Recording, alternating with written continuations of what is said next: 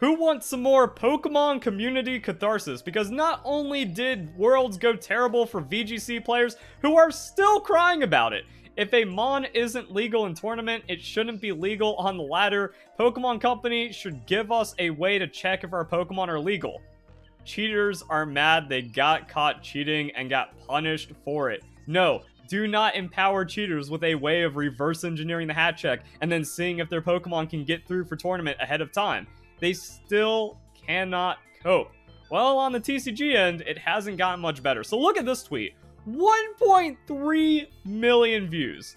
However, it's that arrogance from the Pokemon community. It's like, it's all rotten. It's all ill, even the TCG.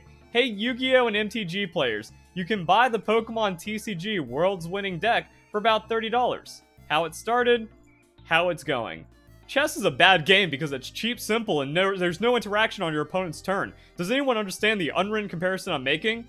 So this dude, said, yo, Yu-Gi-Oh! And MTG players, come on over to Pokemon. It's cheap to get into, and those communities did not have it and completely roasted and demolished this guy. And again, the complete inability to cope made him just get super salty and butthurt about it. So that's what we are going to be diving into it.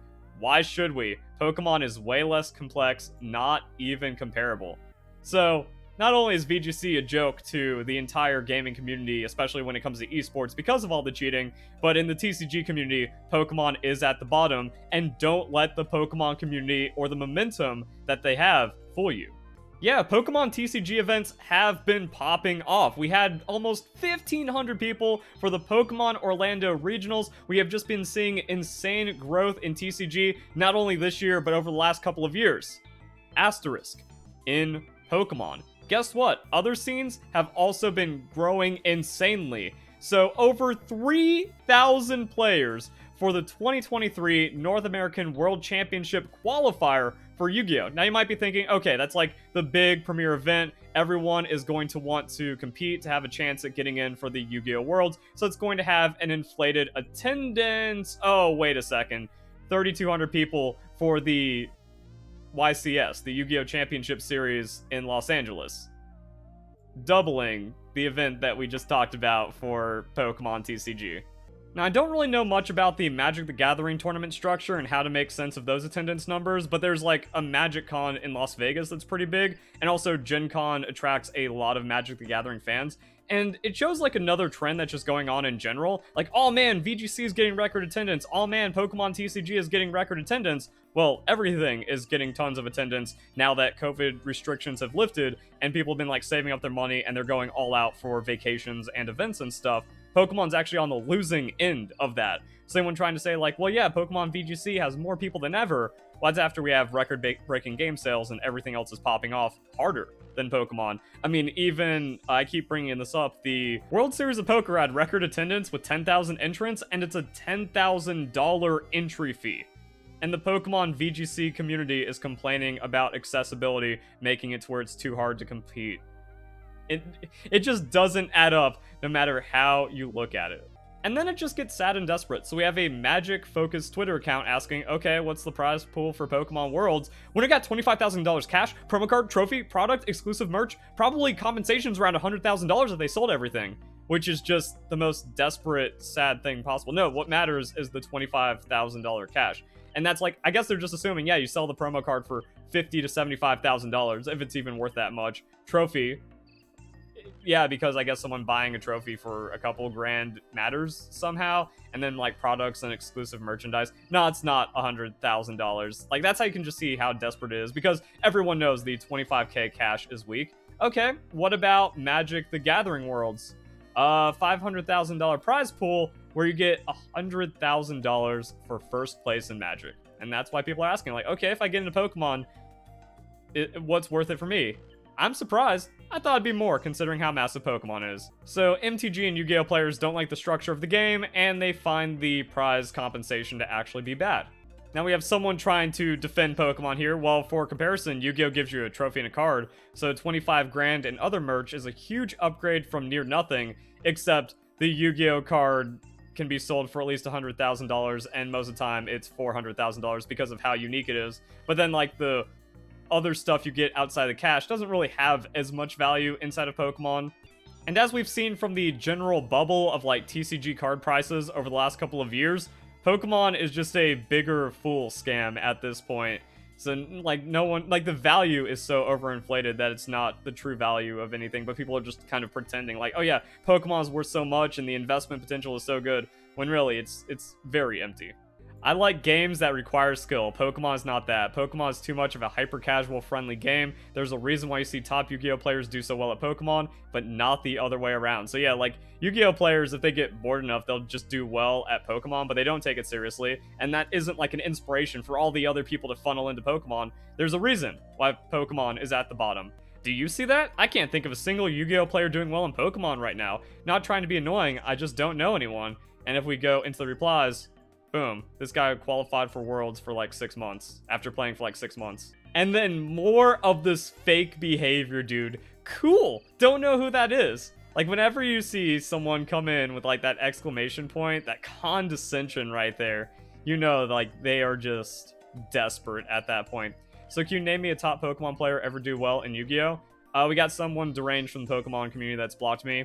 Kamal Crooks, for the very short period that he played, has also top Pokemon events, still waiting on one Pokemon player to do anything in Yu-Gi-Oh! Literally, people who can't top even a regional for Yu-Gi-Oh! Quit to play Pokemon because it's easier. The price is awesome, but how wide is the meta? I watched bits and pieces of Worlds, and it seemed like Giratina decks against the world.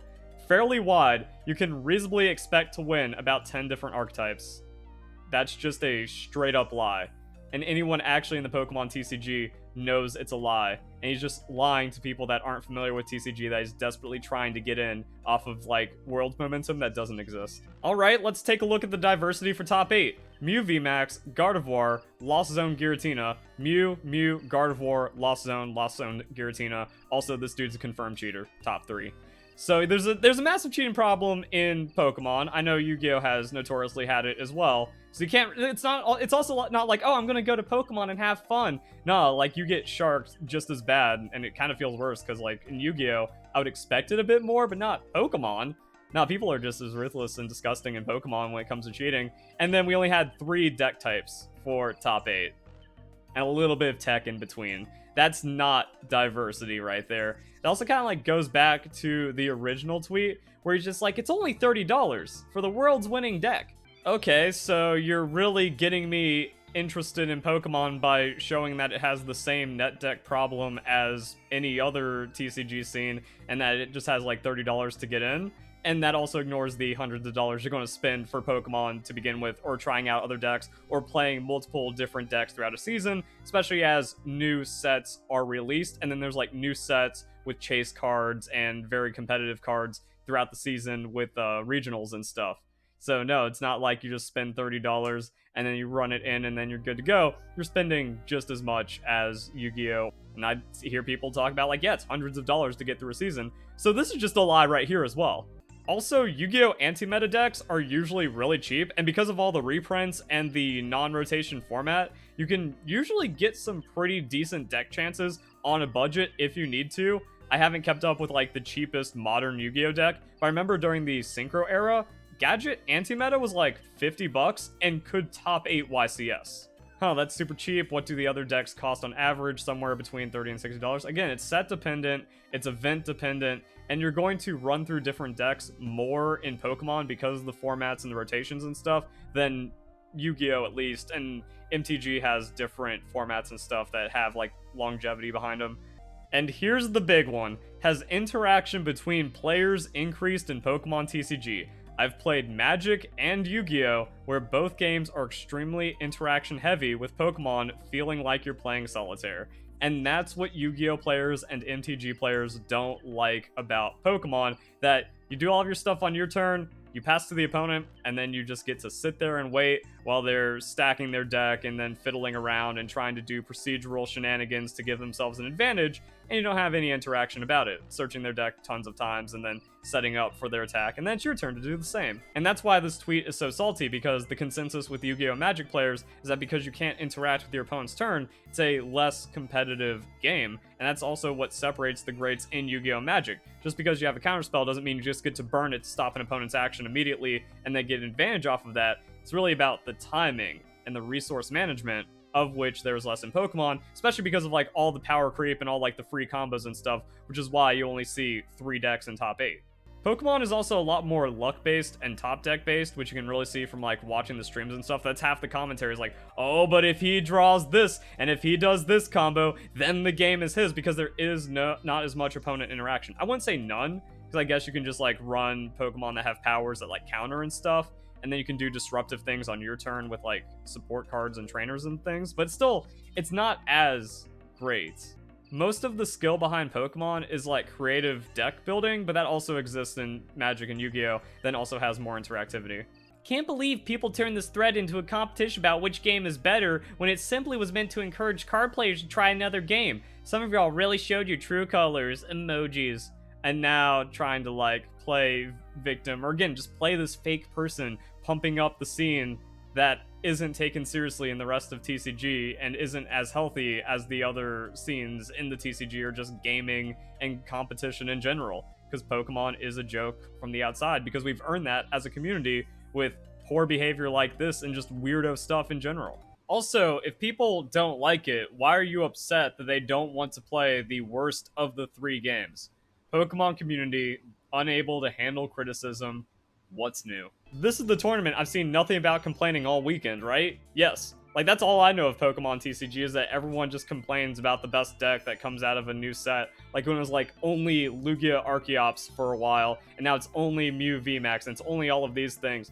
And I think there was a lot of commentary in the Pokemon, like, World's closing ceremony, or, like, the closing thoughts when they had, like, all the people on the couch. They were just like, wow, it's surprising that there were so many counters to Mew VMAX introduced in the recent sets, and yet that's what ended up winning. Yo, perfect response right here. Bro said try out Pokemon, and Baby Rage flooded in the replies.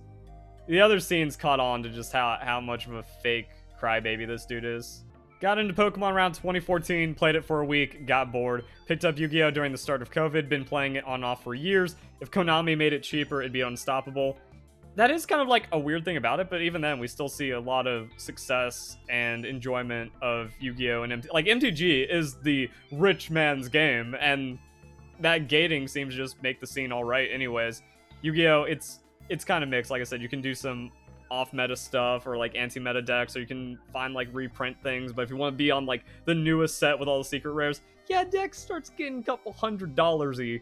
But I kind of did the same. Like when I was playing Yu-Gi-Oh! Back in 2008 to 2011 during like my high school years and stuff, I chose Yu-Gi-Oh! Over Pokemon because Pokemon was just not interesting. And actually back then Pokemon was the expensive one, where you needed like the clay dolls and the playset of rare candies and stuff, and the staples were almost like $100. I'd rather die than play a game without interaction and consequence, not to mention having no protection to investments made for the game. Alright, little hyperbolic, but that's what I mean, there's a sentiment. So yeah, your average weirdo in the Pokemon community got offended that people don't like their game and their scene, and then just kind of made a joke of everything and pissed off a lot of players outside of Pokemon, thus making it harder to reach outside of Pokemon. Classic.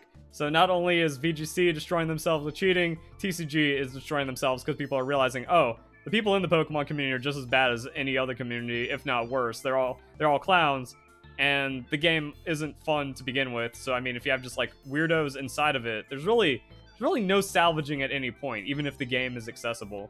So there we go, guys. Hope you all enjoy the video. Hope you all have a nice day. Thank you very much for watching.